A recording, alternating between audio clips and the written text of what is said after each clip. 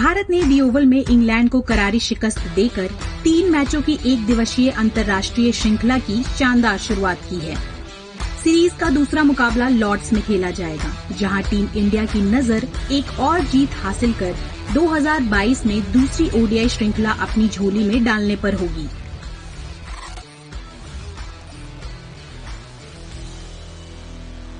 जसप्रीत बुमराह और मोहम्मद शमी ने दी ओवल में अपनी घातक गेंदबाजी से इंग्लैंड की हालत पतली कर दी।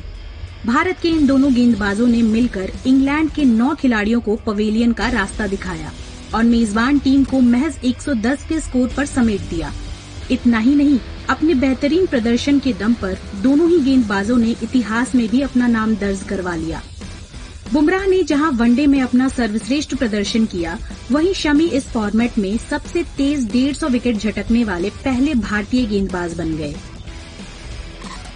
50 ओवर की क्रिकेट में शमी और बुमराह नई गेंद के साथ काफी खतरनाक रहे हैं और अगर इसी तरह ये दोनों गेंदबाज शुरुआती मूवमेंट का फायदा उठाने में कामयाब रहे तो फिर सीरीज के बाकी के मैचों में इंग्लैंड के बल्लेबाजों के लिए उन्हें खेलना टेढ़ी खीर साबित होने वाला है।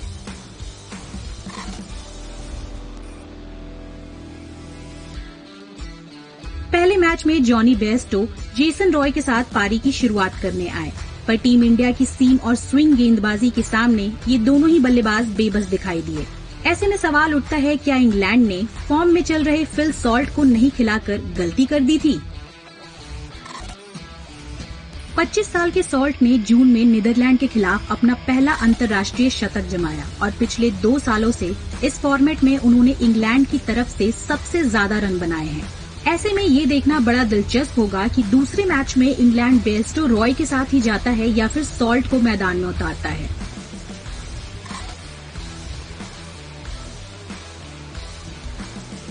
एक ओर जहां भारतीय तेज गेंदबाजों ने अपनी गेंदों की धुन पर इंग्लैंड के बल्लेबाजों को नचाया, तो दूसरी ओर रोहित शर्मा ने अपने बल्ले से इंग्लिश गेंदबाजों को कड़ा सबक सिखाया। कप्तान रोहित ने नाबाद 76 रन बनाकर अपने जोड़ीदार शिखर धवन के साथ भारत की झोली में एक आसान जीत डाल दी।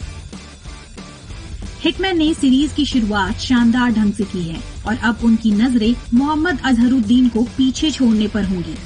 भारतीय कप्तान के खाते में फिलहाल 9,359 ओडीआई रन हैं और इसमें कोई शक नहीं है कि आने वाले मैच में मुंबई इंडियंस के कप्तान की कोशिश 10,000 रनों के जादुई आंकड़े को पार करने की होगी।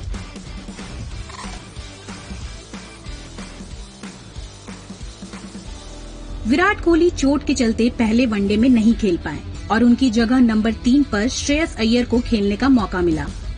कोहली क्रिकेट के तीनों फॉर्मेट में इस वक्त बेहद खराब दौर से गुजर रहे हैं और चोट ने उनकी परेशानियों को और बढ़ा दिया है। ऐसे में अय्यर के पास नंबर 3 पर अपनी दावेदारी मजबूती से पेश करने का ये सुनहरा मौका है।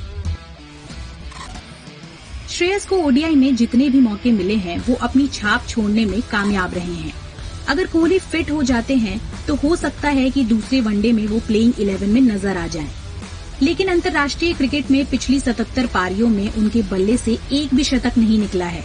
ऐसे में अय्यर की दावेदारी किंग कोहली के मुकाबले थोड़ी मजबूत हो जाती है।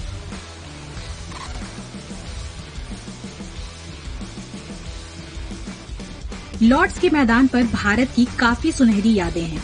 इस आइकॉनिक मैदान पर टीम इंडिया एक दिवसीय अंतर्राष्ट्रीय मैचों में कई ऐतिहासिक पलों का गवाह रही है। ऐसे में सीरीज जीतने के अलावा रोहित की पलटन के पास इतिहास के इन पन्नों में अपनी मौजूदगी दर्ज करवाने का भी शानदार मौका है।